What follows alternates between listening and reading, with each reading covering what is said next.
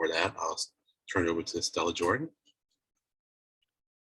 Thanks, Len, and good afternoon, everyone. Welcome to the August 10th, 2022 meeting of the Regional Transportation Advisory Council. I will just briefly go through some policies and guidelines before we get started.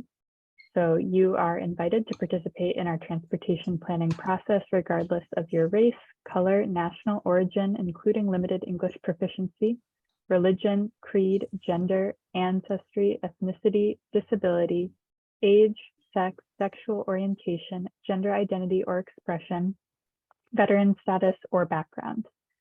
You can find the full notice of your rights and protections at www.bostonmpo.org/MPO_non_discrimination. So you will probably have joined today with a muted microphone. Please do not unmute and mute yourself. You can select the raise hand function to participate in the discussion. You can raise your hand by clicking either on the participants button at the bottom of the screen and a window will pop up with a raised hand button, or by using the reactions button in the toolbar. The chair will then call on you. And if you're on the phone, you can use *9 to raise your hand. At this point, we'd also ask that you rename yourself to include your first name, last name, affiliation, and pronouns if you'd like. And if you have any technical difficulties or questions at any point, you can contact myself, Stella Jordan, via the chat box at sjordan@ctps.org or at 857-702-3675. This meeting is accessible to people with disabilities.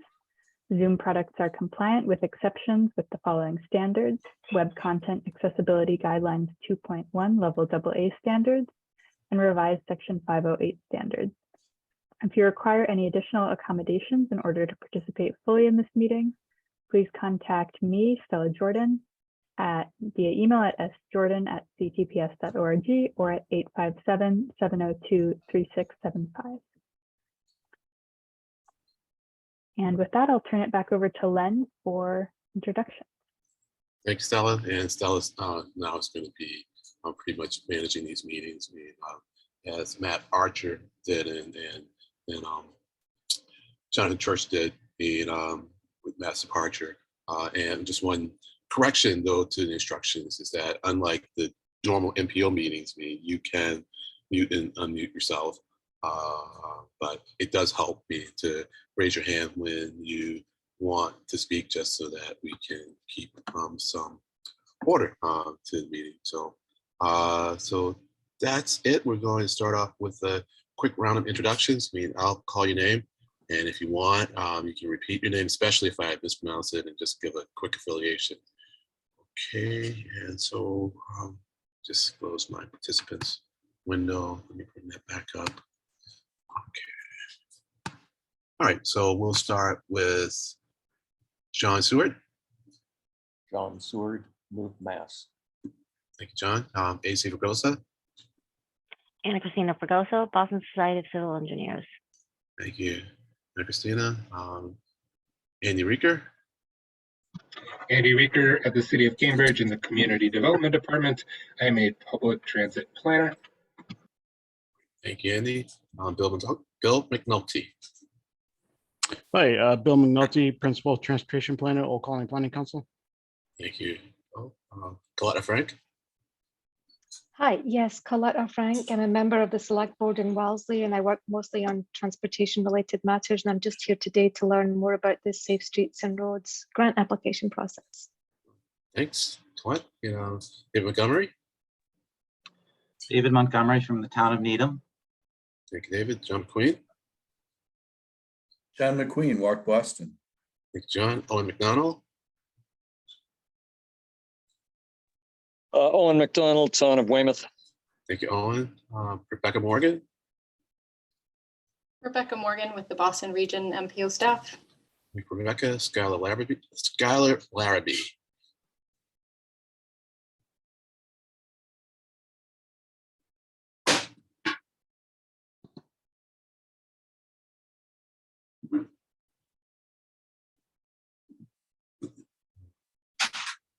Boston Society of Architects. Okay, thanks, Skylar. Gonna come back to Scott Siskashi. GPI, Transportation Engineering Firm. Great, Thank you. Thanks, Sid. Stephen Andrews. Stephen Andrews, Boston MPO staff. Thank you, Stephen. And Scott Sudeikis. Hi, Scott Sudeikis with National Rural Transit Assistance Program and also Vice Chair for the next few months anyway. Thank you, Scott. Hey, I don't think I missed anyone, but if I did, please raise your hand. And I am Hunter Diggins. I am here on behalf of the MBTA Ride Oversight Committee and the chair. And next on the agenda is approval of minutes, but we're going to swing that around to the end. So at this point, we will go to the meat of the meeting, and that is the discussion of the Safe Streets and Roads for All grant application. And we'll turn it over to Rebecca Morgan, our guest. Thank you, Len, and good afternoon, everyone. I'm Rebecca Morgan, the Director of Projects and Partnerships with the Boston Region MPO staff. In this presentation, I'll be sharing about the Safe Streets and Roads for All grant opportunity and the Boston Region MPO's plan to apply for a Safety Action Plan grant. I think Stella's controlling the slides. Great. Can you turn to the next slide, please? Thank you. The Safe Streets and Roads for All grant is a discretionary grant that has been established as part of the Bipartisan Infrastructure Law, also known as the Infrastructure Investment and Job Act, IIJA. It supports the National Roadway Safety Strategy and goal of 0 deaths and serious injuries on our nation's roadways. The way that the US DOT describes this grant is that it's a roadway safety program with a strong equity component. Next slide, please.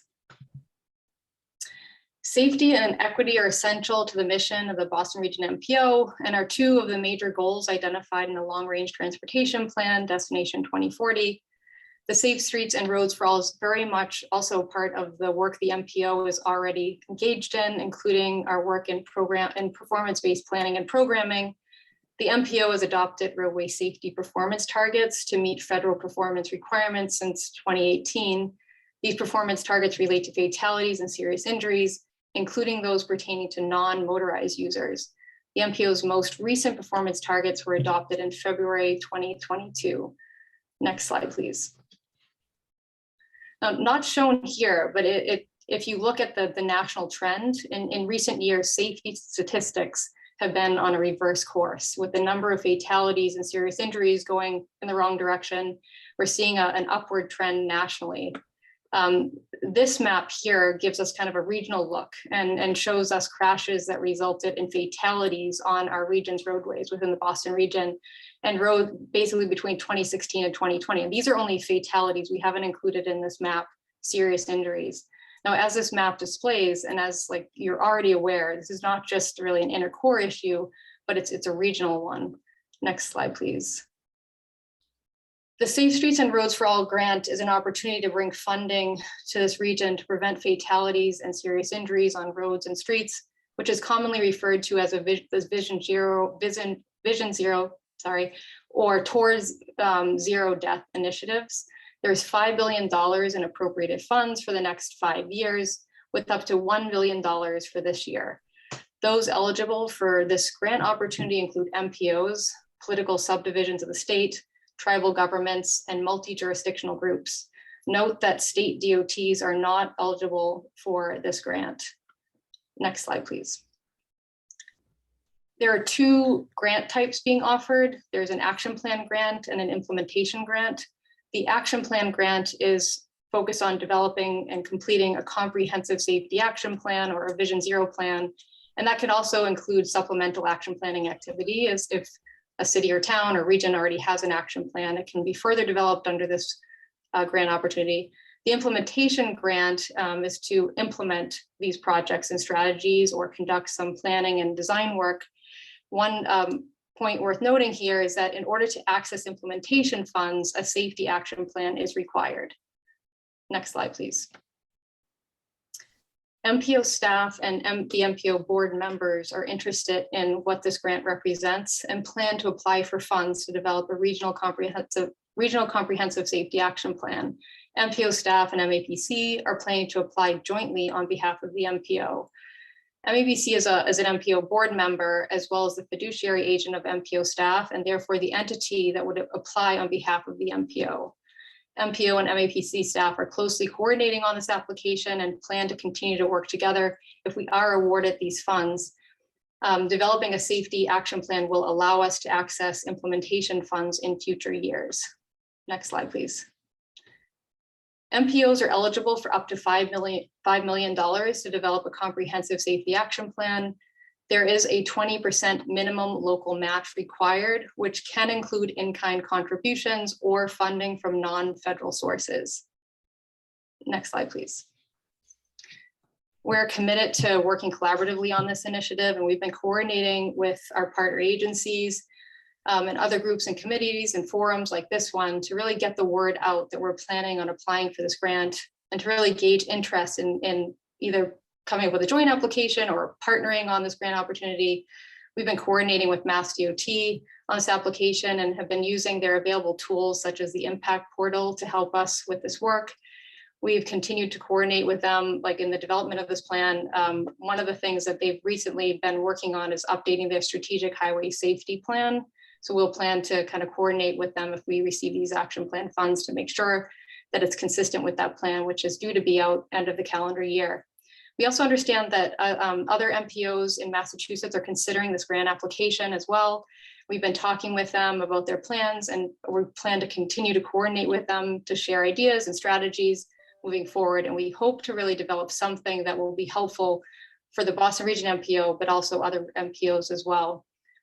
We recognize that some cities and towns who have Vision Zero plans already may be considering applying for implementation funds, and that others are perhaps considering applying for an action plan grant. We're interested in coordinating these efforts to work towards our common goal of safer streets, and believe that through that coordination, we have a stronger chance to bring this grant fund to our region. We've also been in touch with the Massachusetts Vision Zero Coalition and have joined their coalition meeting to discuss this grant opportunity and to determine how we can best collaborate with them on this work. And we're really looking forward to this conversation and are interested in your ideas and thoughts on the value as well as the challenges in developing a regional safety action plan. Next slide, please. I'm going to give just a brief kind of overview of the safety action plan process. And this diagram was pulled from USDOT's website. A core element of the process is a leadership commitment. And in this case, it would be a resolution from the MPO board with stated publicly available commitment towards zero fatalities and serious injuries, or a significant reduction in fatalities and serious injuries by a target date with an eventual goal of zero deaths and serious injuries. In terms of planning structure, we plan to establish a task force which will be charged with the oversight of the action plan development, as well as implementation and monitoring to ensure that the stated goals are being met. A current plan for the task force will be a broad representation from the region, including municipalities representing the various geographical areas, as well as representatives from advocacy and community groups, underserved communities, public health, and vulnerable roadway users, including persons with disabilities, youth, and older adults. The planning process includes goal setting and a safety analysis with equity considerations, such as which groups are more disproportionately impacted by crashes under the current roadway networks, and the locations of other higher risk corridors. It also includes a robust engagement strategy with an emphasis on underserved populations. Based on the data analysis, a comprehensive set of projects and strategies that will address the identified safety problems are to be developed, and policies and process changes also will be identified for implementation. Next slide, please. Now, the application requirements are actually pretty straightforward. They're looking for some key data, including population data, number of roadway fatalities, and the fatality rate, which is 5-year average per 100,000 persons.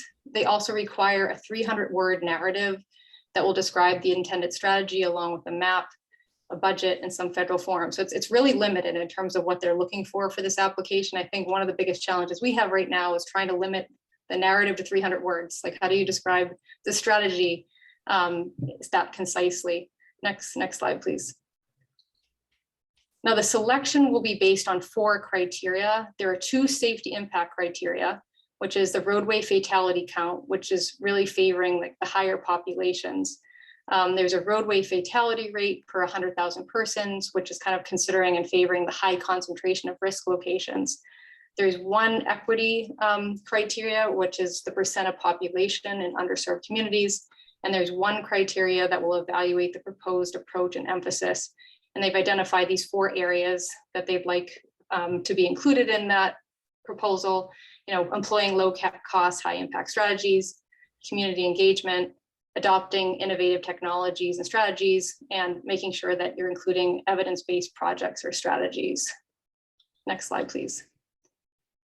So here I've just included a list, and this is not comprehensive by any means, but of kind of how we've been thinking about the strategies and projects that may be considered. I guess firstly, the safe system approach, which is very much part of the Vision Zero initiative, which is a significant culture shift that really treats roadway deaths as unacceptable and preventable.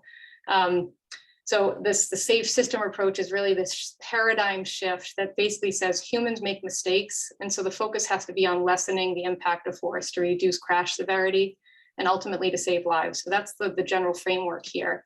The quick build guide for low cost safety projects is really related to some strategy that we would consider more regionally, identifying common risks across a network, developing quick build strategies to address our regional safety needs. So a quick build guide, for example, to provide a framework for installing and evaluating low cost safety projects, also identifying high risk locations, not just where crashes are happening, but where there is a risk for fatality or serious injury, and really looking to solve those roadway safety issues more systemically.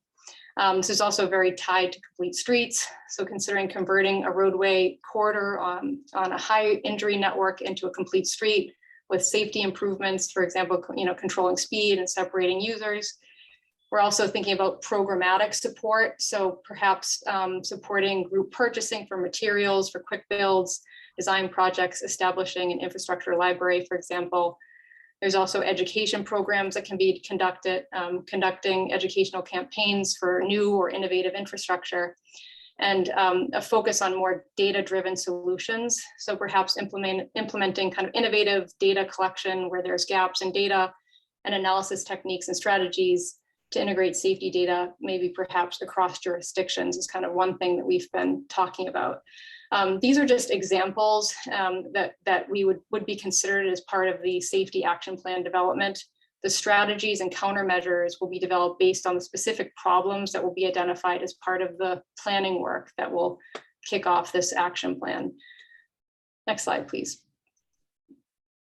The desired outcome of the Safe Streets and Roads for All program includes firstly like an adopted plan with safety goals and timelines. And from there, identifying strategies and programs, policies and projects to help us reach those goals. With that completed, we'll be eligible for implementation funds. And then ultimately that will, by making those improvements, will bring us to, our ultimate goal of really safer, more equitable streets and roads. Next slide, please. The Safe Streets and Roads for All grant is an excellent opportunity to bring funds into our region for this extremely important issue that we understand that we have in this region, and that that has a huge consequence as we're talking about human lives.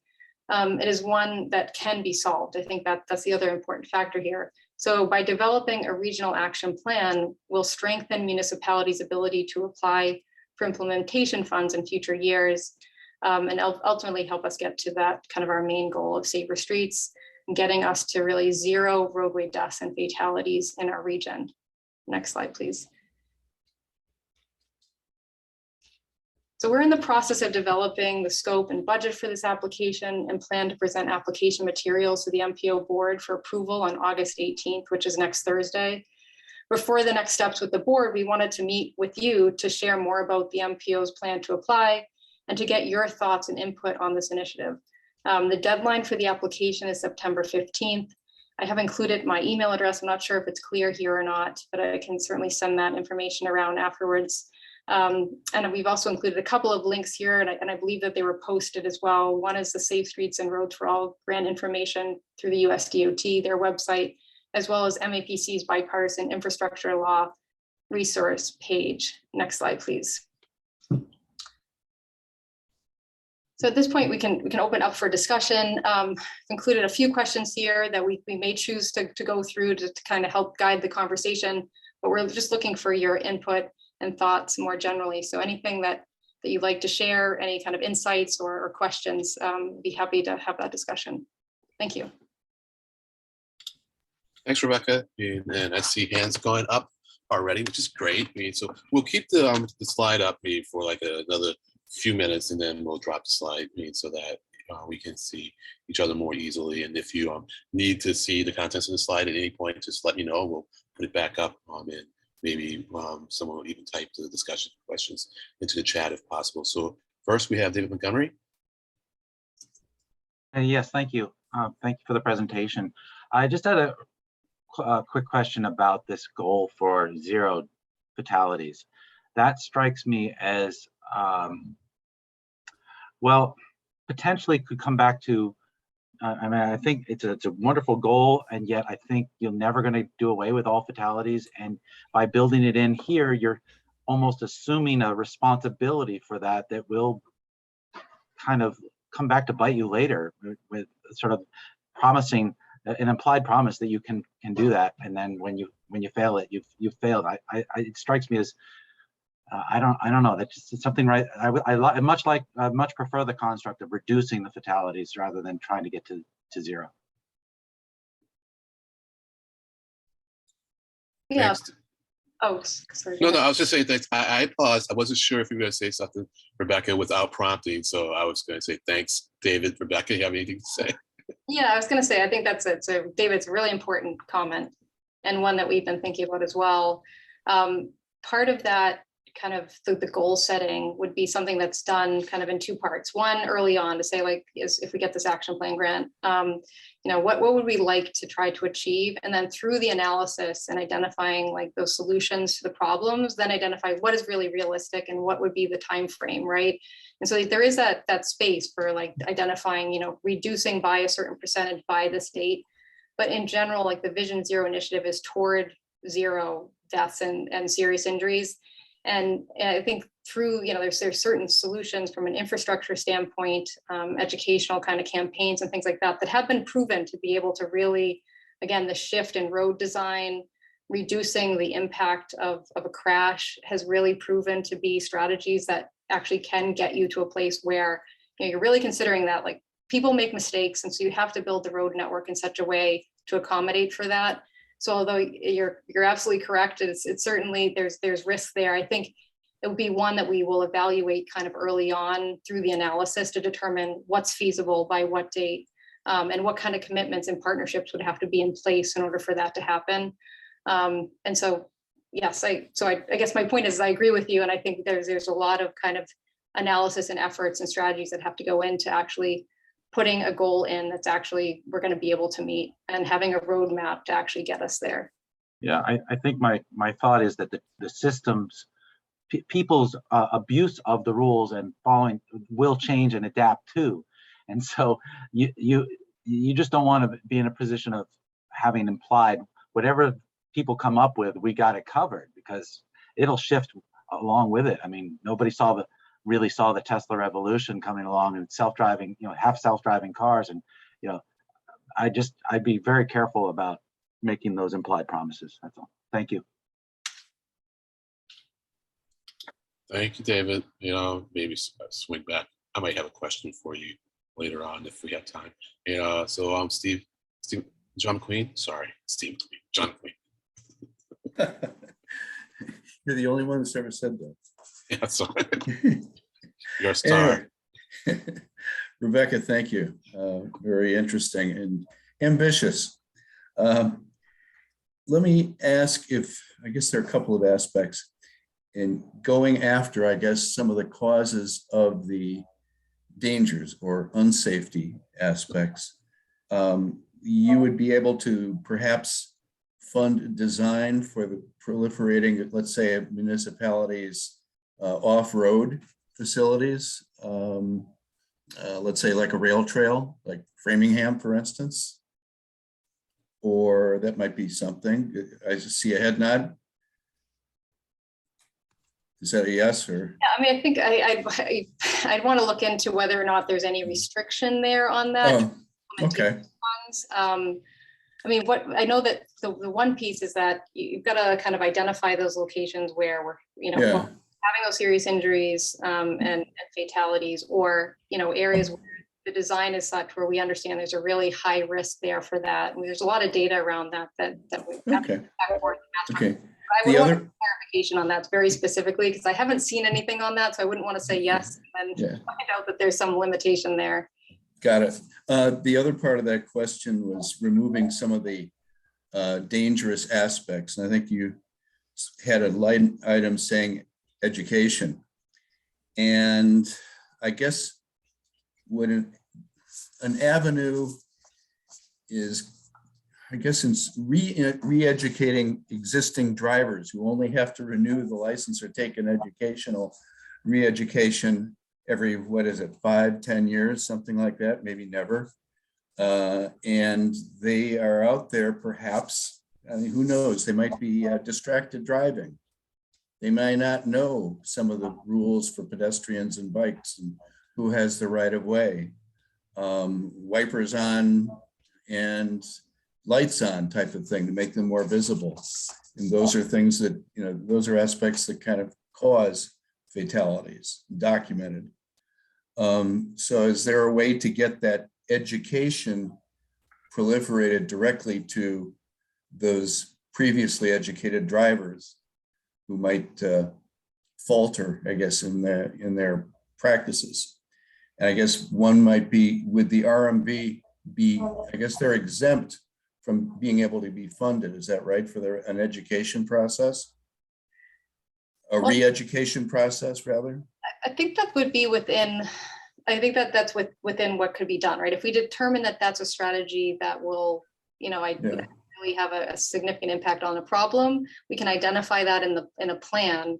The MPO or other could actually administer the implementation grant and work with the RMV, right, on some of the policies and procedures and processes there, right? If we identify that, we just have to identify that very specifically. It has to be tied to the problem. So that's really where the requirement comes in. It's like, can we identify that as a real problem based on the data, and that the solution would have a significant impact there? And then, but certainly open to that for implementation funds. The RMV wouldn't be able to go directly for those, but they could work in partnership with the MPO or some other entity that is eligible to kind of receive some of those funds and to make those changes.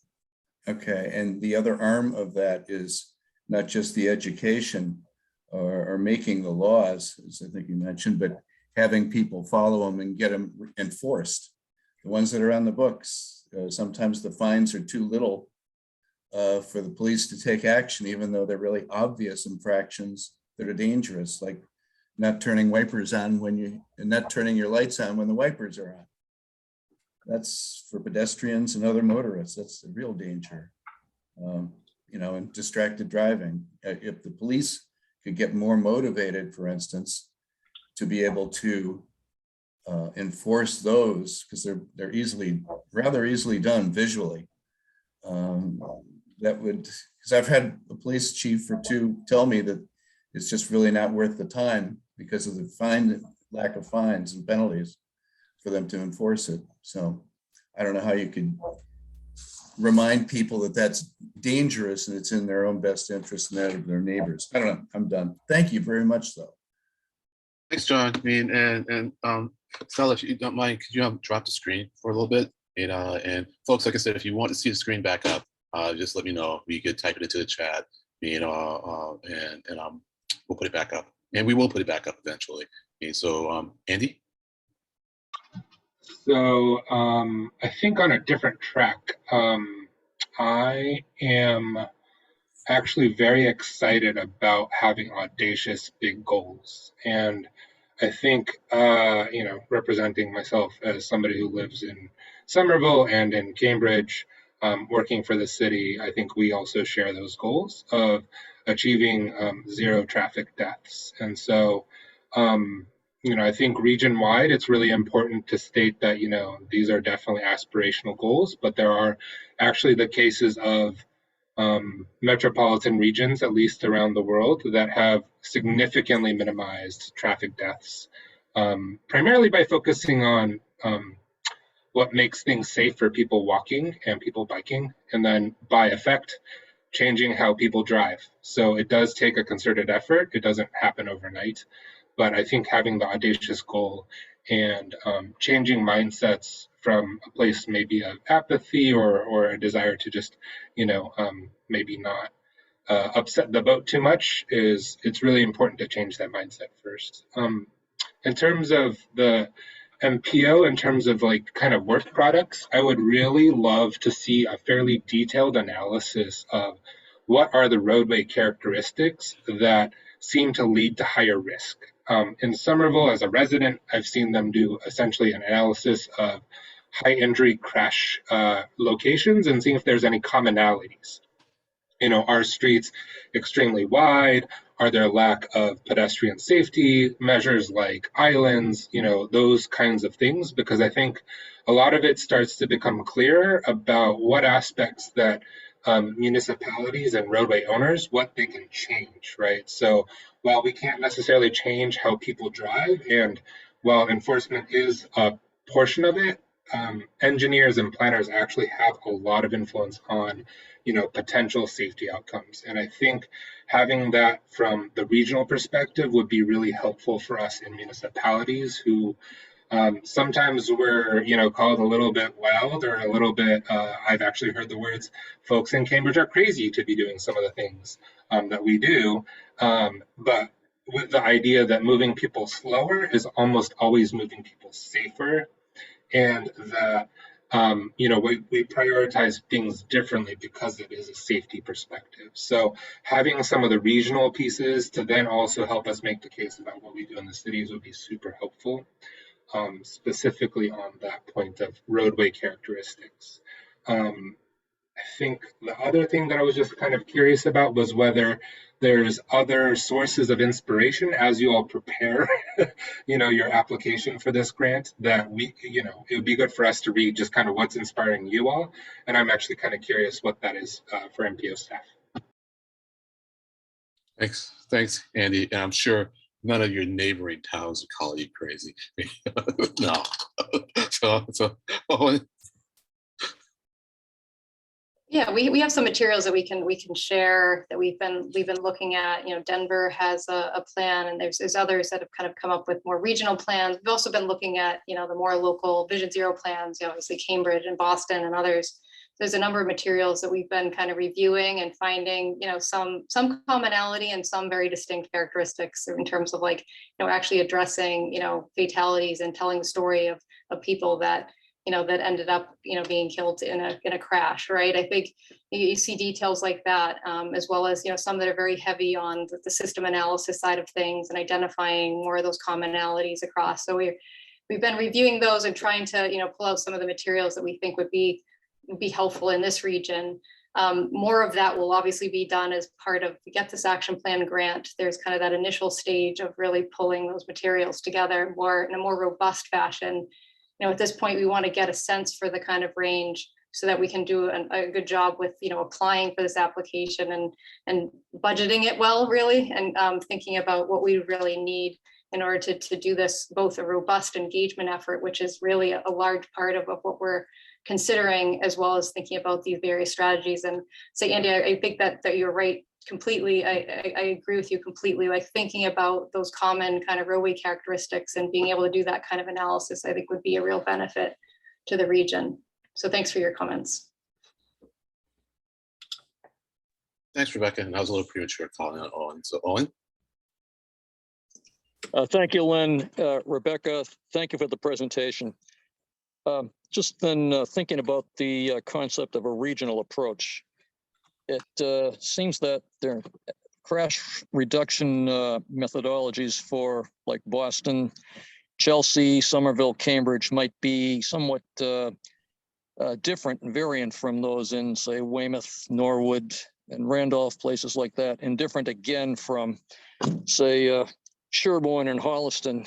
And just wondered what your thoughts are on putting that all together. Thank you. Yep, that's another area that we've been obviously talking about in terms of this thing, right? So it's like we have a very, our region varies quite, to a large degree, and it's going to be, there'll be different strategies that need to be employed based on those specifics. Like the inner core is going to be very different, from some of the other cities and towns. We're planning on working very closely with the sub-regions and cities and towns kind of being part of our this task force that we're planning on developing to make sure that we're getting kind of those insights from those that are kind of focused within their town.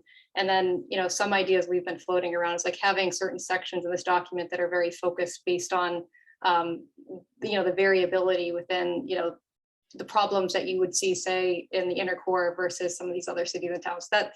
That's something that we're still in the process of, like, how do we actually do that well in a way that makes sense. I certainly think making sure that we're, bringing in representatives from those communities on the task force will certainly help. And we're planning on a number of kind of focus group conversations and meetings to make sure that we're engaging across the region to make sure that we're not leaving anyone out, like, and not focusing on one area and neglecting the other. I think that's the balance that we're trying to make with the regional plan, right? And we've been talking to cities and towns, like, wouldn't it be better if a city or town were to apply and do their own Vision Zero plan, because they can get very specific about the problems that are in their region. So I think in some cases, they can get more specific.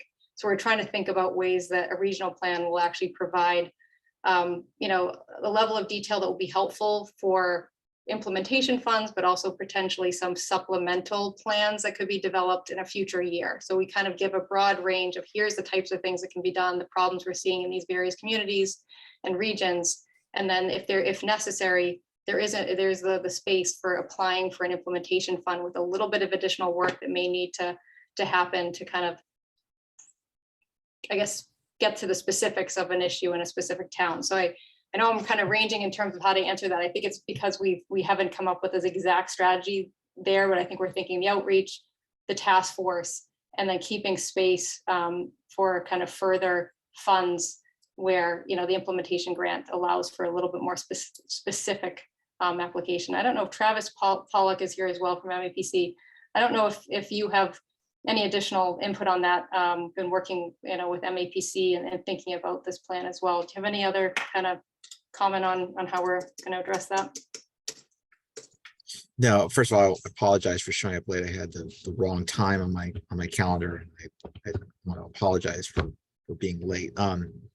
But to your point, Rebecca, I think you've hit on it. Is this is we realize that there's going regional is going to be there's I think some challenges, but I think overall it's a really good way to do this.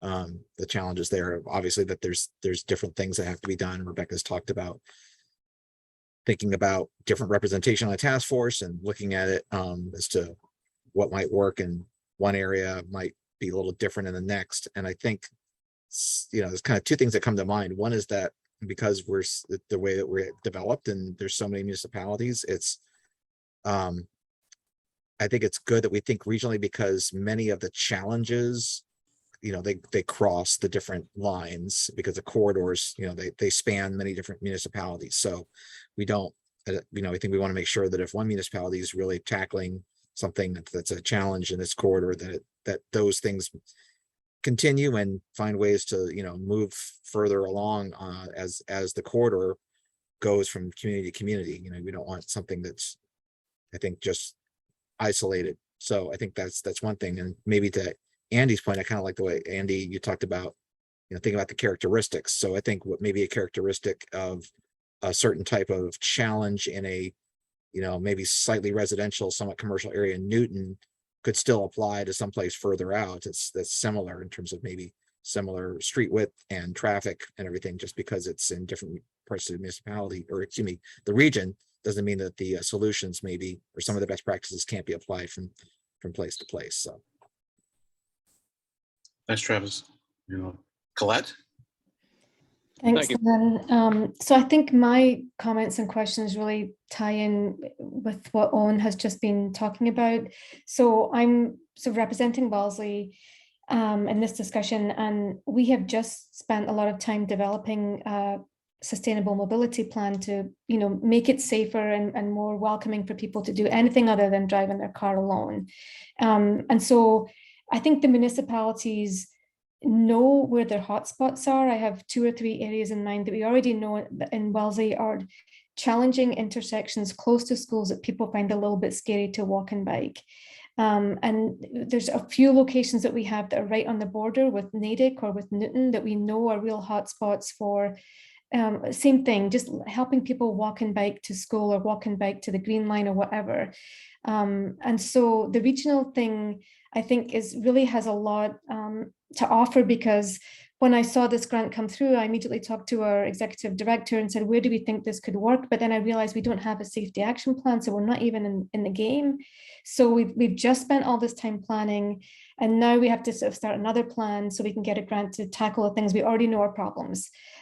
So my question really is, if we supported this, which I think sounds great, and you do a regional safety action plan, does that then qualify the towns to then say, okay, I have these hotspots that maybe next year or whenever the action plan is done, I can say these are hotspots, this is a regional safety action plan, and then it's chosen on its merit. And then maybe we work with Newton or we work with Natick to say, let's apply together for this one. Maybe it's in our side of the line or it's on your side of the line, but it really affects us both equally.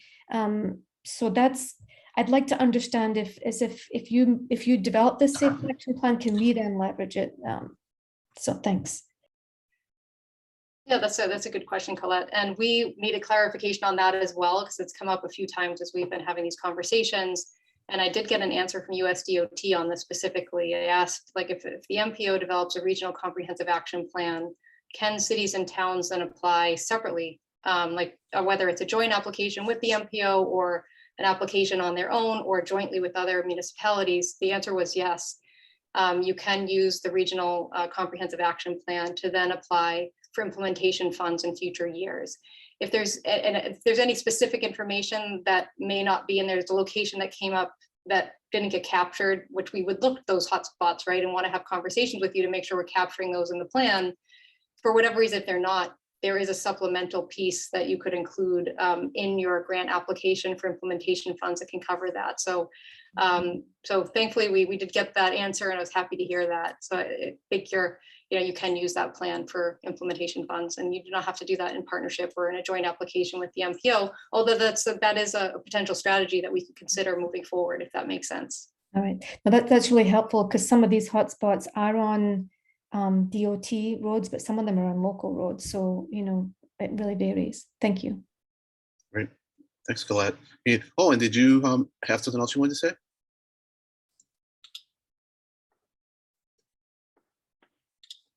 Maybe not. So can I just follow up?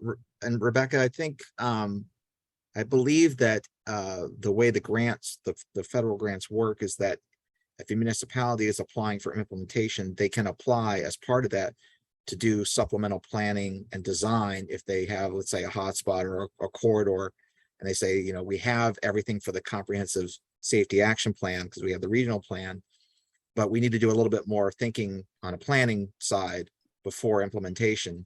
I believe they can apply for kind of like both the planning as part of that specific geography. Is that your understanding, Rebecca? Yeah, that's right. They wouldn't have to apply for 2 grants. The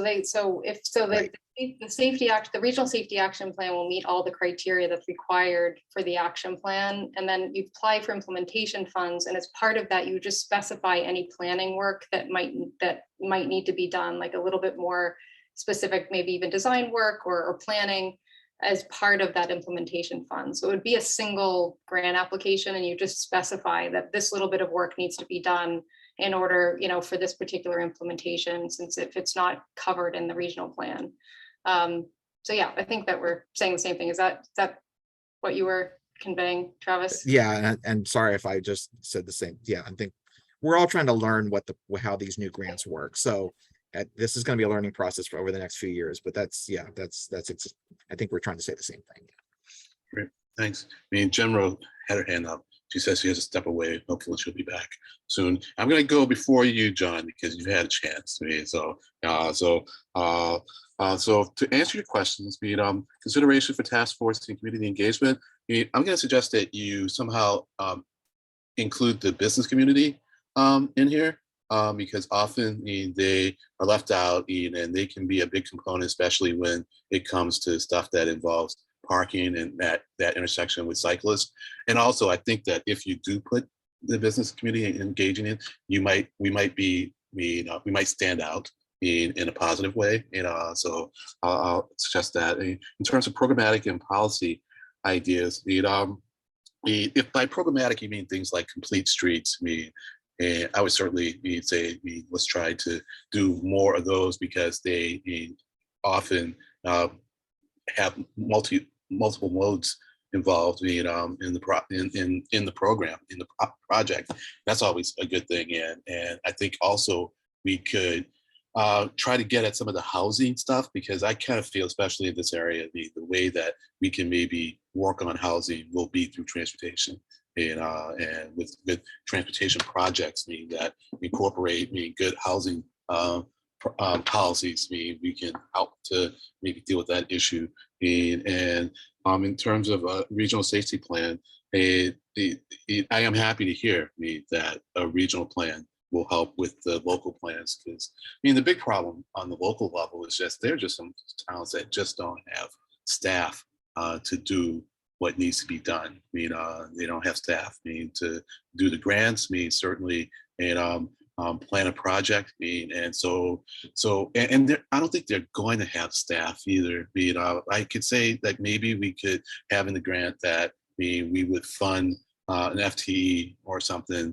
I don't know how practical that would be in the long run. It'd be better than nothing. I think it could be a good try, something to try. But I think what we're going to need to do is kind of staff out some other entity that is constantly working with the municipalities in order to help them figure out like hotspots, figure out how to program things within their municipalities, because a lot of times you have to kind of like move through town meeting, which is an endeavor unto itself. And so you need someone who understands all of these things and how they work, in order to get the regions to work together. Because if you have two municipalities that need to move things through town meeting, you really need to understand the timing of that, and figure out what you can do to help them move things through town meeting, more effectively. And that will give you a lot more community engagement, just inherently,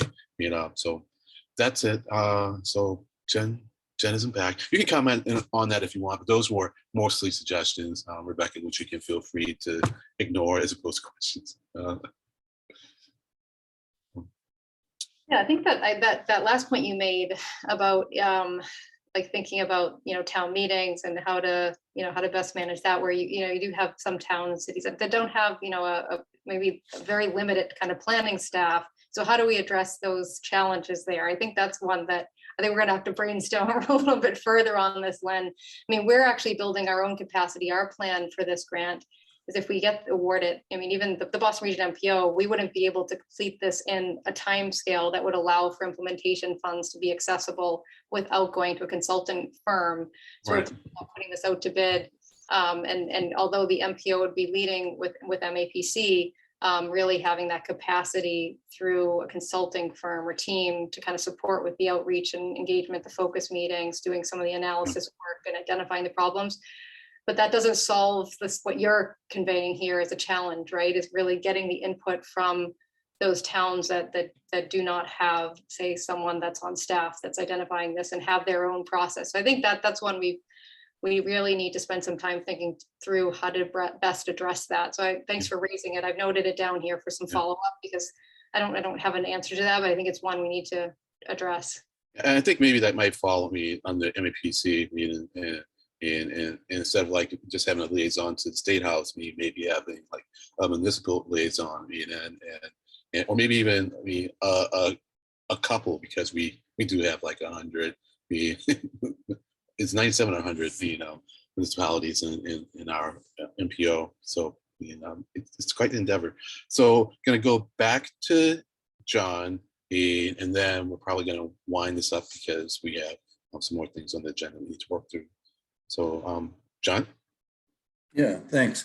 To your point, Len, didn't we, I guess, in the comments on the tip, point out that they should hopefully allocate more money to get staff to these underfunded, to coach these underfunded municipalities in terms of being able to apply for complete streets and or this program or CMAC or whatever. I think we put that in, so maybe MPO could hitch onto that and maybe even collaborate in a bigger umbrella with the MAPC to get this coaching staff, I guess, an itinerant staff going around to some of the regional communities that are less funded for DPW and planning.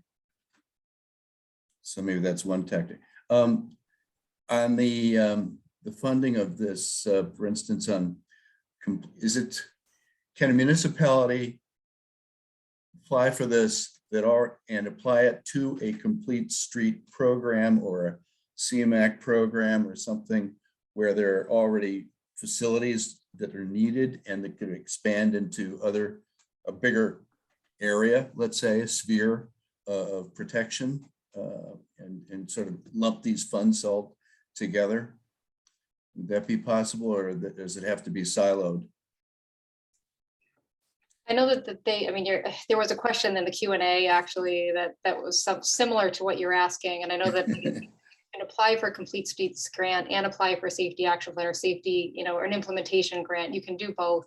I think the distinction has to be just clarity on here are the safety action plan, and then here are the implementation the problems with the solution that we plan to solve. That has to be, I think, very clearly laid out in the grant and basically in the plan. In order to get funding there. I don't think that there's any limitation in terms of pulling that together to do something beyond what's described in the plan. Right. And there was a question about you can apply, you're not limited in applying for other grant funds if you apply for, say, an implementation grant for the Safe Streets and Roads for All. Okay, thank you. Great. And so Jen's back, and so Jen, if you had a question, this will be the last question. Oh, thanks, Len. Sure. Sorry for having to step out there. No problem. You're at work. Orange Line crisis mode, as I'm sure others are. But I just wanted to share that I put in the chat. Tax was starting to sort out how to update Boston's high crash network using this tool, or at least we're exploring using this tool that I think Tool Design developed, but it's now open to the public. And so we're going to be, I think you can use OpenStreetMap or a street network centerline file that your municipality has to identify based on a history of crashes, which segments are kind of more at risk of having additional crashes. And there's like additional level of stats that goes into that, given the nature of bike and ped crashes where they don't happen very frequently. So you can't assume that just because it hasn't happened, it won't. So anyway, all that goes to say is that we're kind of about to launch into this work. And so if there might be some way to collaborate on this as well with other communities and or share what we learn as we go about it, we'd be happy to connect. Great. Thanks, Jen. I'm interested in that software, but I'll save that for another time, So, well, thank you, Rebecca and Travis. If there are any closing words or requests or anything that you want to say, now's the time. Well, I just want to say thank you for your time and for this feedback. I've taken some notes here, and certainly Jen would like to follow up with you. I'll send you an email for us to connect. But if there's any kind of questions or if you have any ideas that you'd like to share, please do feel free to reach out to me. We are in the midst of kind of developing this application, and there'll be opportunities. We're hoping to get these funds, and if we do, we'd love to come back, Len, to talk further about this if there's availability on a future agenda. Sure. Thanks for your time. Sure, sure. You just let us know when, so really appreciate you and Tegan reaching out to us. Normally we don't meet in August, but I think it was worth it for us to meet to discuss this. So we appreciate you reaching out to us. So thank you very much. You can hang around if you want. Otherwise, we expect that you have other things that you'll need to do, so won't be offended when you pop out. So take care and see you around. So now that we're probably at like peak participation, let's maybe do the approval of the minutes. And so let me pull up my screen. Maybe Stella, you can take us back to our agenda screen. So yeah, those are the May 18, 2022 minutes. And so if people are ready to approve them, and if I could get a couple of hands for a motion in a second.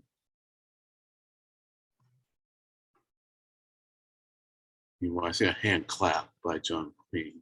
I see a hand up by David Montgomery. So okay, so John, I guess you wanted to put your hand up. I thought maybe you're just happy that the minutes were there. So you were trying to get your hand up to do the motion. Since you were first, I'll give you the pleasure of making the motion.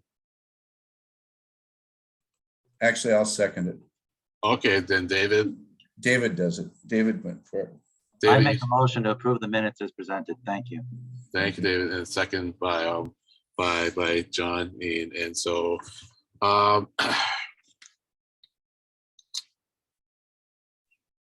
if there are objections to these minutes, can you raise your hand?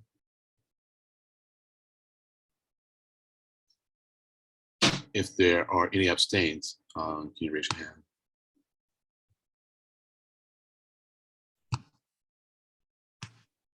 Okay, so I think that means that we have approved minutes. It's a little different than we do things, but it's on the record. They'll stand for now. So thank you very much, folks. And we're going to move on now to the approval of the 3C committee letter on the draft UPWP. And so with that, I'll turn it over to Mr. Andrew Meeker. Great. So good afternoon, everybody. So the 3C letter was posted online. I'll do a screen share in a second, if that's okay. I think Stella, you may have to stop your screen share for me to do that. While I try to do this now, what I'm going to do is do a quick review of just a little bit of the process. Am I showing the 3C letter now? Yeah. Should be a Word document screen. Is that what that looks like? Yeah, just white on black, which is a little unusual. Oh, sorry. Yeah, I have my computer set to dark mode. No, that's fine. That's fine. No, it just threw me off a little bit. No, that's fine. It's easy enough to read.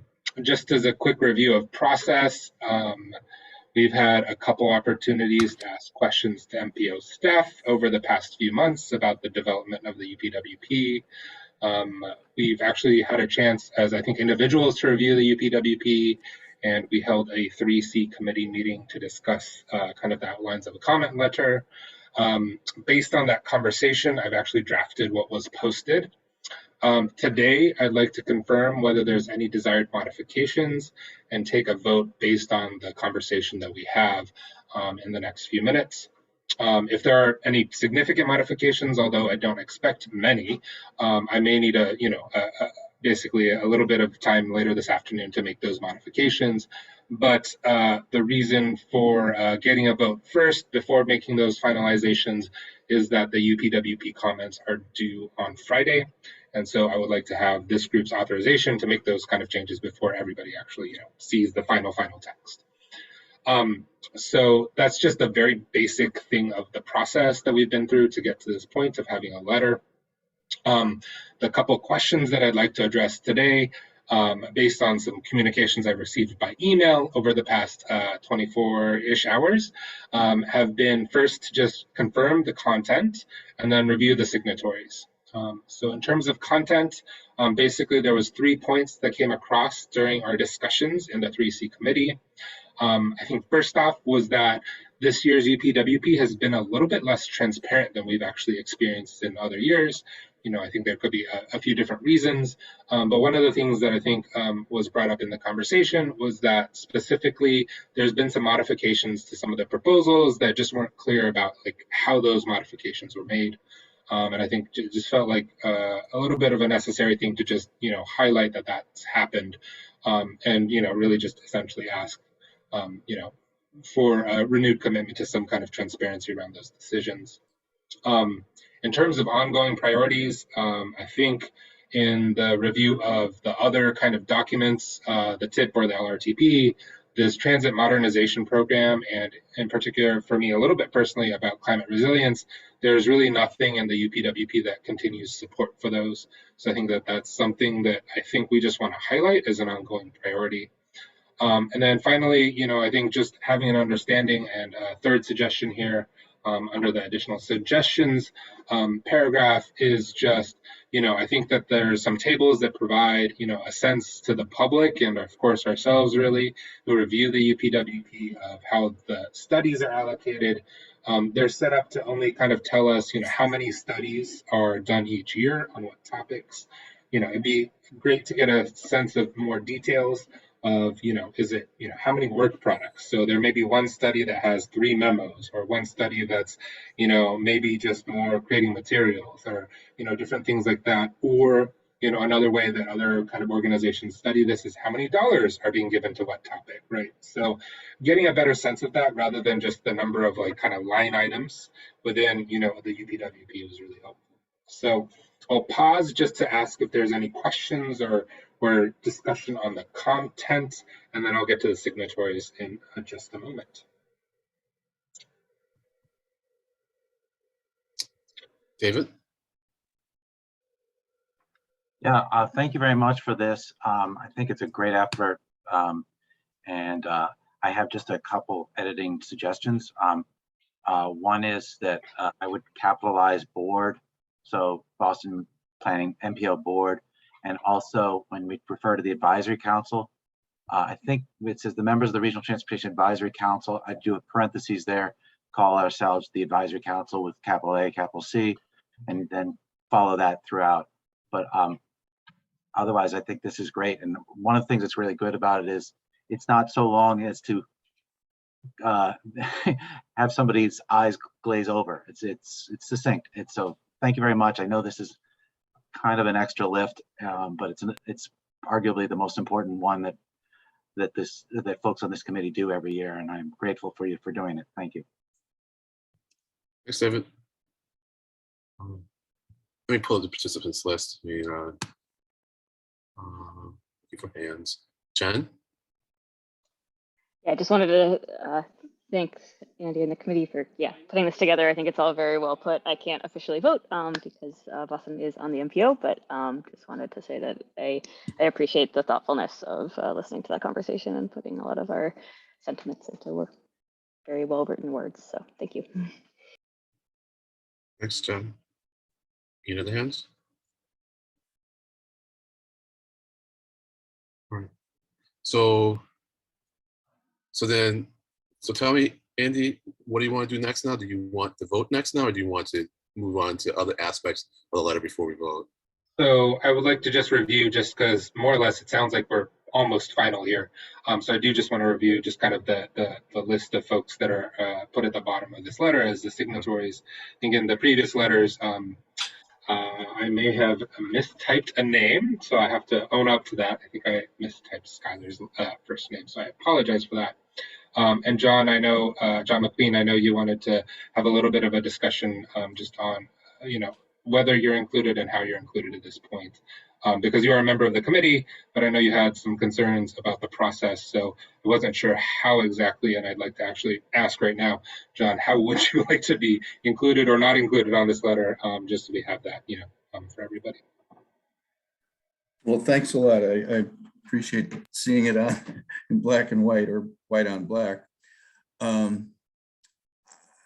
are two ways. I think I suggested to Len it could go two ways, because I did back out of the last meeting that was called the special meeting, because I really had some objections along the way about process and just really overall being late and them not seeming to listen to any suggestions to our members in terms of other considerations for studies or things like that. They just seem to have a very rigid, their own point of view.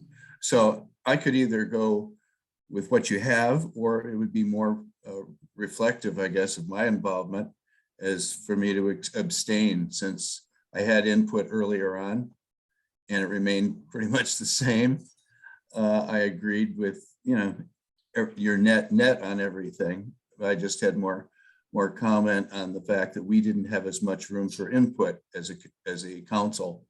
And it started from the very beginning, and it started late. It started in May versus February or March, with a much larger list of options and explanations that we typically had. So either way, abstention or just as a member of the committee, I'm happy with either one.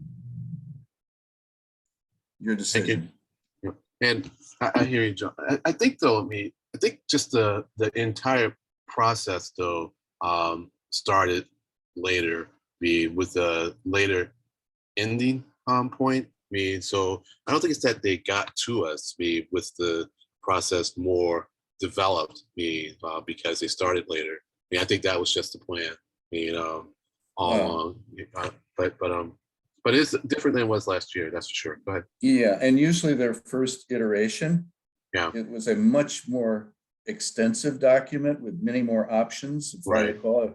Yeah, sometimes 3 to 4 pages worth of items, including Blue Hills and such like that. And there was room for discussion and shifting, let's say, of priorities. And there was none of that. This was pretty much fait accompli, and their list pretty much remained the same from start to finish. In the last year or two, we've gotten what's called the proto-universe, or I think it's handy called the pre-Big Bang. And this time we pretty much got the universe. And then we're able to select from the universe. I'm gonna stop listening to David and then discuss whether my name should be on the letter. Go ahead, David. Yeah, I was just on the subject of who should sign the letter. The letter is written in the name of the whole council. And it seems to me that perhaps a way to sort of, the chair often signs on behalf of the council, and you could have nonetheless at the bottom a CC that is explicit as to who the members of the committee were, so that they're all listed explicitly, but the person signing is signing as a result of the vote we take today. That would, we vote to approve this letter, and you, Len, presumably as our chair, would sort of sign that in that capacity. It's not you individually, but as representing our vote. That would be my suggestion. Yeah, no, that makes sense. And I like that idea. So then the question would still then come to John, would he want to be included as part of the 3C committee? Well, I have been for a number of years and was this year, so I'd say that would be appropriate. And there's no need for any abstention or qualification. I've always been a member of the 3C committee, been happy to participate. That was every word but yes, but I'm going to take it as a yes. So okay. So good, John. Thank you. So I think we're all set there. So all right. So then let's get a motion in a second on approving this letter.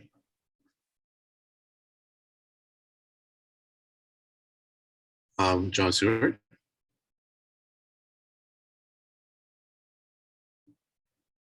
Second. I didn't hear a motion. Well, then I'll move to submit as written. Okay, thank you, John. We have a motion for John and coming in, next is Dave Montgomery. I second it. And we have a second from David, and so we're going to do this vote as we did the last one. So are there any objections? Raise your hand. Any abstains?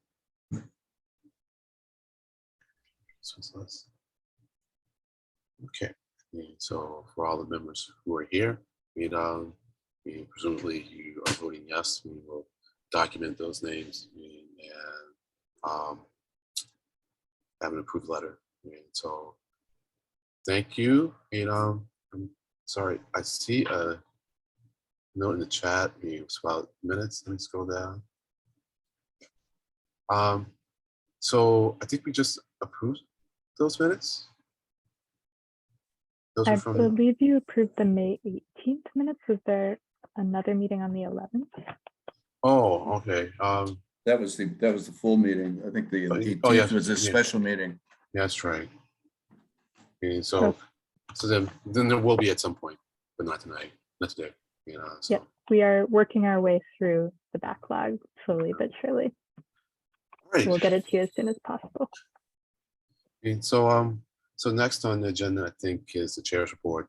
We had an MPO meeting that was less than an hour long, which is phenomenal, which of course now means I have really nothing to report. We did a work plan for the Boston, the bus network redevelopment plan, and for that, we're seeing, I guess the CTPS is getting the request to do the maps.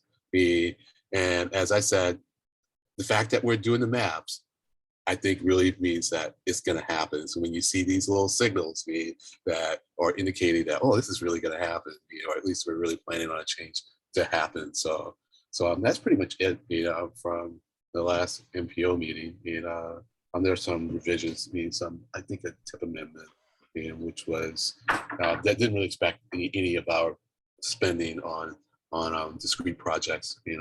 So that's pretty much it.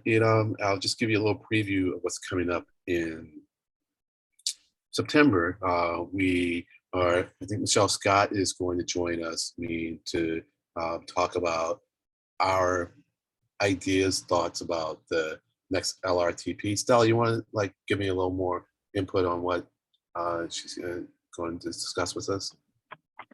Yeah, sure. So Michelle, the LRTP manager at the MPO staff, conducted a workshop with MPO members a few weeks ago, specifically about kind of the MPO's long-term big picture visions, goals, and objectives for transportation in the region. This is part of the development of the upcoming LRTP, which is Destination 2050.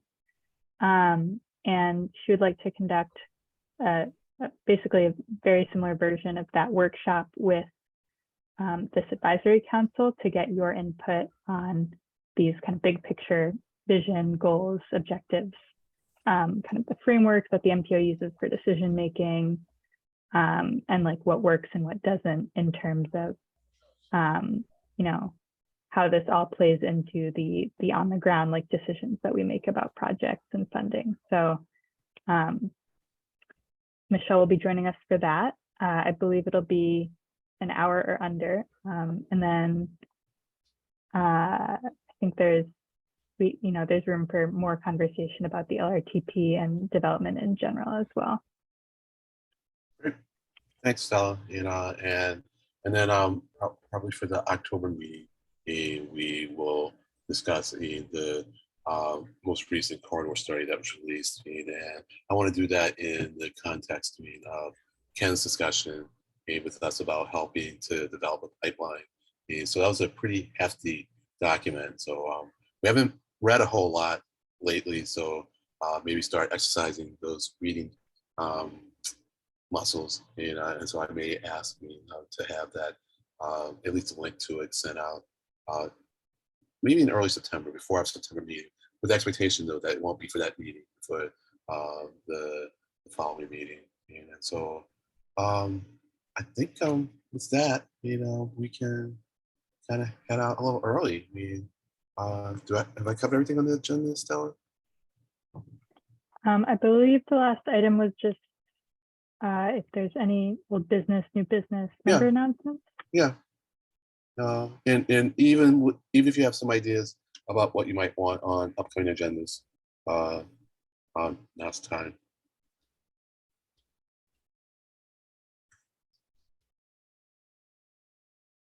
Okay. Just trying to check my participants. I'm not seeing any hands up. All right. So One quick I think thing, Andy has his hand up. I was quick, Andy. Sorry.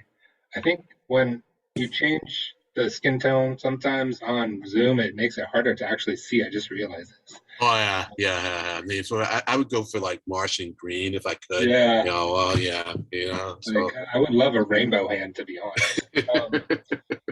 But I just wanted to acknowledge that I think a lot of city staff have been dealing with the orange line and green line closures, and it's, to be honest, to share a little frankly, quite wild that this is happening in essentially about 2 weeks. Yes. And I don't know if the RTAC can actually do anything about it, but I do wonder whether there is something that we could think of suggesting to MPO staff about future planning. In particular, I'm concerned about the fact that we have no tools to model how transit riders, what happens when things are disrupted. Like, do 50% of people just not travel? Do they choose somewhere else to go? Do they, make those kind of decisions? And it's actually, if the MBTA is going to continue doing this, maybe making those kind of suggestions to the MPO, that some technical capacity to actually understand, rather than roadway drivers, not just drivers on the roads, but what transit riders actually do, because I'm realizing there's not a lot of great tools to actually understand what really happens, right? So just wanted to put that out there. Yeah. Well, I think it's an opportunity to study, because I don't know to what extent this is happening. Now, it hasn't happened here. I don't know to what extent it's happened other places. So this is going to be like the big data collecting opportunity for us. So John.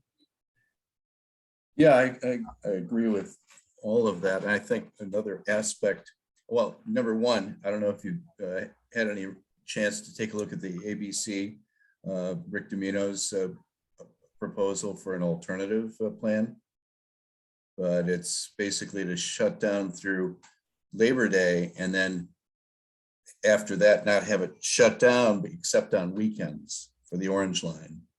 That's an alternative he put forward, and has been getting some press.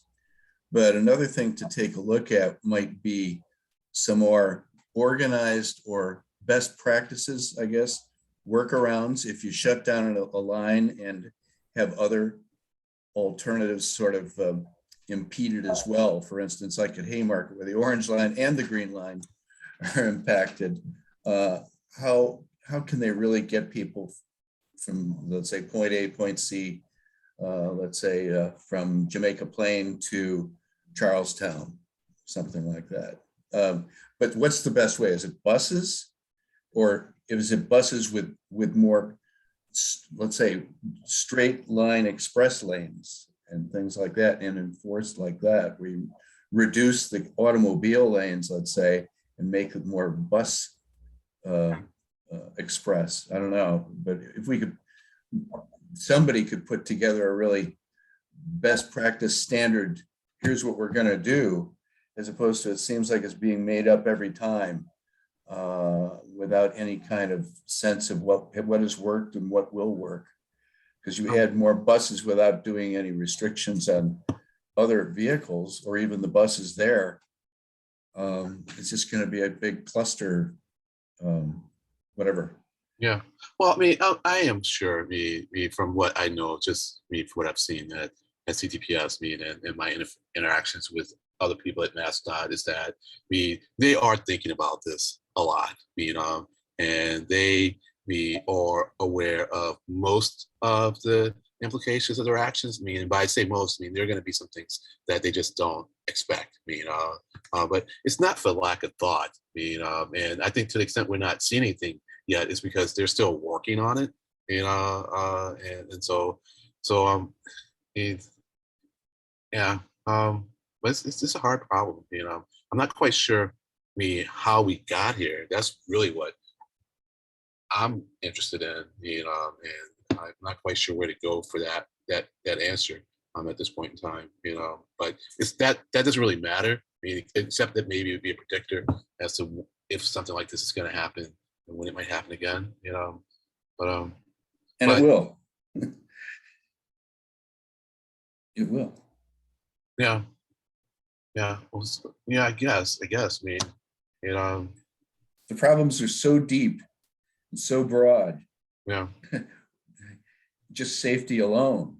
Right. You know, much less the physical condition of tracks and signals, and it's just a plague on the system. So there'll be more of them. I hear you. You know, so I responded, but did I step on the request and who you were making the request to? So can you remind me of what your request was in your statement, John, and who should maybe be responsible for it? I guess it would be in the MassDOT or MPO or bailiwick to really go into a more proactive, let's say, crisis. You know, what do we do in a crisis? It's almost like an evacuation route type of situation. Since this is going to happen on multiple segments, I'm sure. Right. Yeah. Yeah, I hear you. You know, well, one thing I've been planning on doing before asking people that I know at the MBTA about what's going to happen there and how we got here is to look at the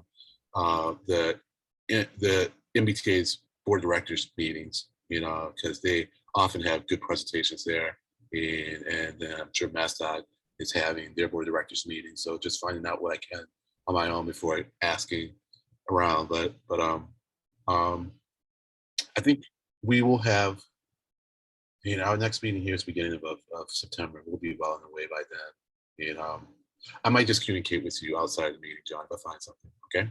All right. Anna Christina? No, I agree with Andy and John. Like, we should consider like having a crisis management plan in place.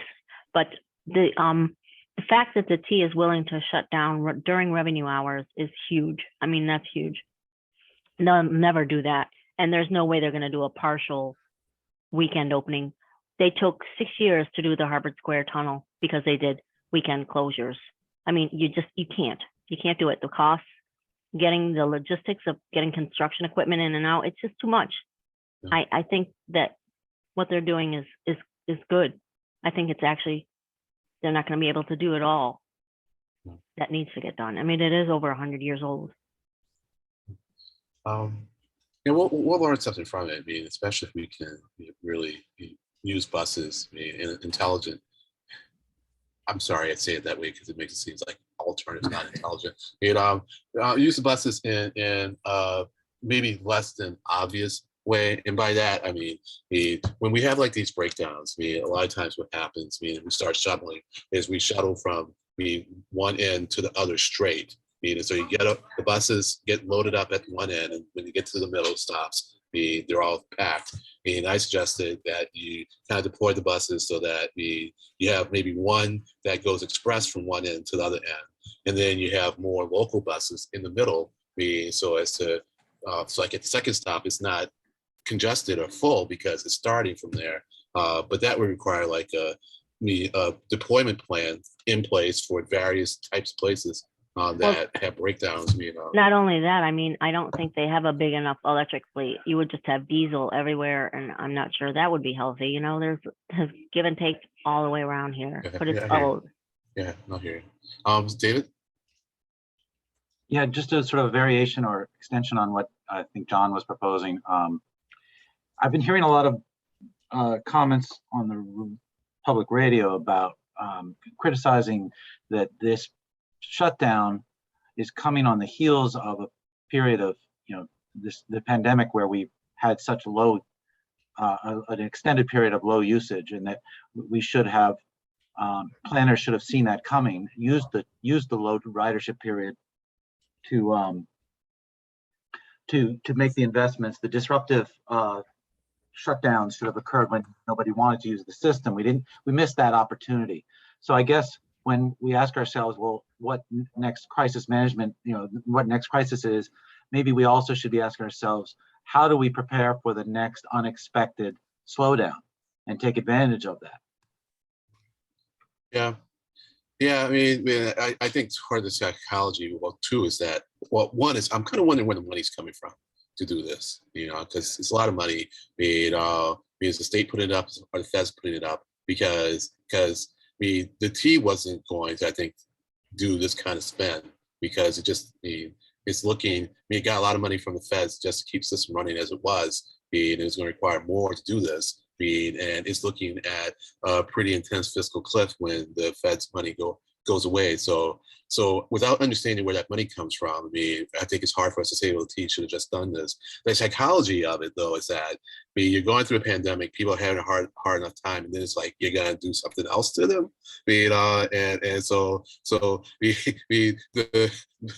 Boston, I can't think of any municipality, any of the big ones, that were going to sit by and go, oh yeah, we welcome you to do this. They were going to complain to the T. They're going to have their delegates to the State House complain to the T, and it was just going to be hard to withstand that. I'm not saying it shouldn't be done, David. I'm just explaining the psychology of what would probably cause the reluctance of even wanting someone to bring it up. It's up to the also, also just to point out, I was working with New Hampshire DOT well until May of 2020, and everything had been shut down. And their chief of operations was concerned because all of the supply chains, like the small businesses, they all disappeared. Yeah. So there's that to consider. Yeah. It's not just think ahead and take advantage. There's logistics.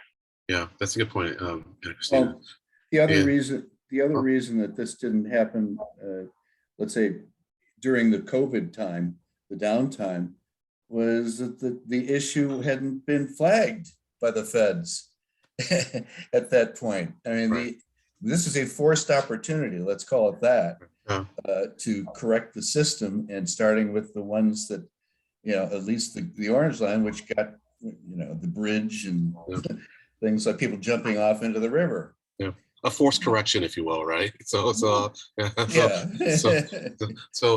glad Colette has her hand up, because I wanted to ask Colette something before she left. So Colette?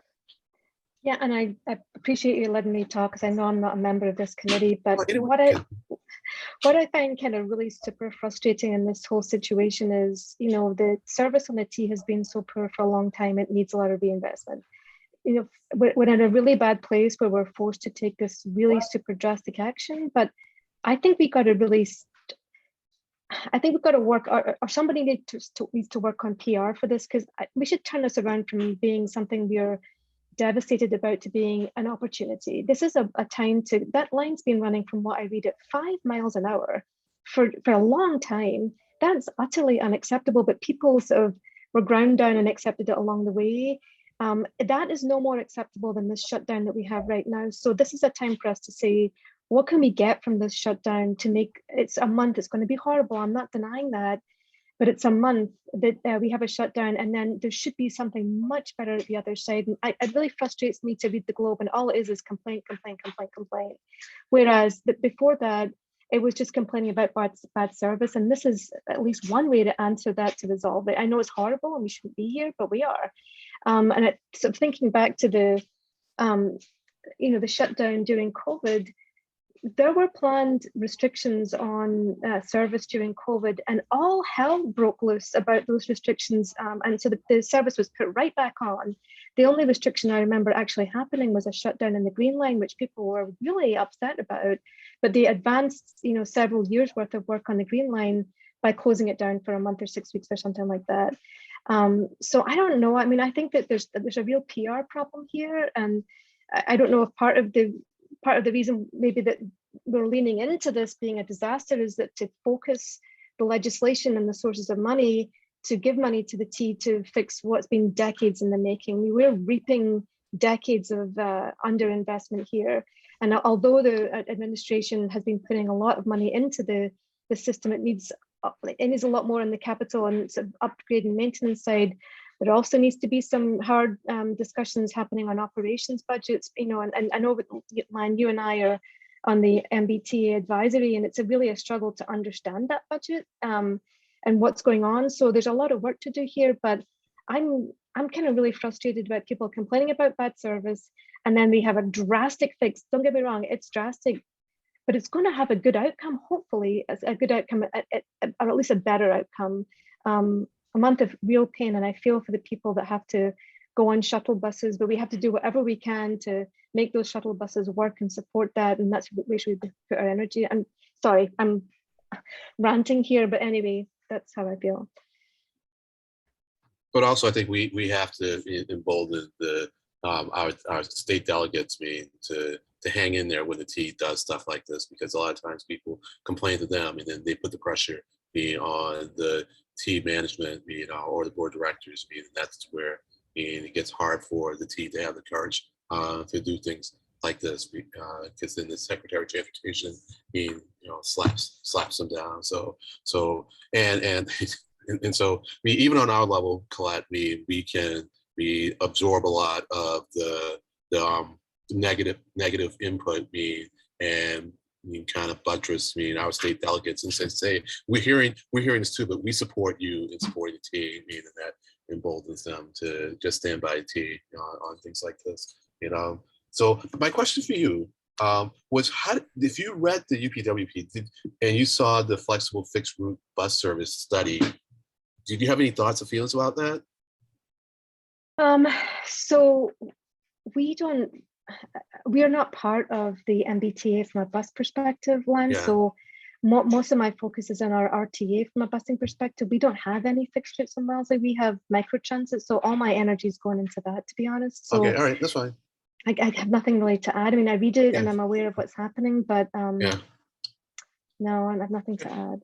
Okay, that's fine, because it was kind of with the RTAs and that the microtransit, in mind, meaning that it would try to make some of the flexible fixed route buses behave a little more like those, meaning, so you could even imagine having stops wider apart if but then just how you make that happen. So all right, well, thanks, Colette. And the way the meetings work here are very much like they are at the MPO meetings. Like members usually go first, and then non-members can speak. But we are in the new business, just kind of conversational mode here. So you were fine, and thank you for your comments. John? I'd say if we could find a way to make required reading of the, was it not 2006 or 2007 D'Alessandro report on the MBTA, just make that required reading for all legislators and officials and maybe even the public. This has been, as Anna Christina said, this has been a simmering, boiling over problem for decades. And just the scope of it was even identified by D'Alessandro. And they've had plenty of opportunities to, gas taxes, other taxes, things like that, to belly up to the problem and not kick a can down the road. So yeah. No politician in this state is going to say gas tax. And it's always a reason not to. When we got it, it was indexing. When we lost the indexing. If you're going to dance, you got to pay the band. Yeah, I hear it. Well, folks, I think that's it. So we'll just get a motion to adjourn, and there's not even going to be a vote after that. And so John, you're up for the motion, and can I get a second? You all want to stay, don't you? I'll second. Okay, thank you. So in MPO's fashion, meeting's over. Me and Stella, we just hang around, just a little quick debrief if you want. And Scott, bye-bye, take care.